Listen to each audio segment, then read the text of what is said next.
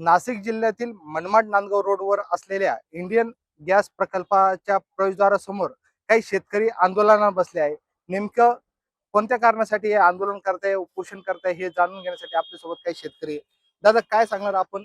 कशासाठी उपोषण करताय आणि काय मागणी आहे? आमच्या वडिलांची जमीन गेली इंडियन ऑइल एलपीजी फॅक्टरिंग प्लांटसाठी.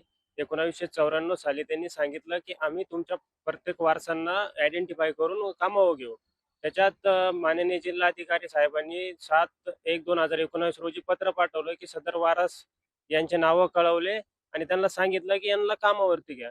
तर कंपनी प्रशासनाने त्या पत्राची कुठलीही दखल घेतली नाही. त्याच्यानंतर 30/3 रोजी स्मरणपत्र पाठवलं, त्याचंही कुठल्या प्रकारे उत्तर दिलं नाही.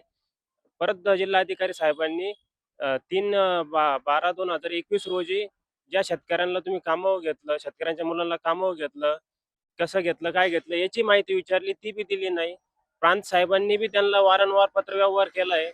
कुठल्याही प्रकारची प्रांत साहेबांची बी प्रश्नांची दखल घेत नाहीये, विचारलेले उत्तरं देत नाहीये आणि आमच्याही मागण्या पूर्ण करत नाही. आमची जमीन 1994 साली गेलेली आहे. काबाड कष्टाने वडिलांनी, आजी आजोबांनी घेतलेल्या जमिनीचा आम्हाला कुठल्याही प्रकारचा लाभ मिळत नाहीये व इंडियन ऑइल प्रशासन कुठली दखल घेत नाही या विषयाची.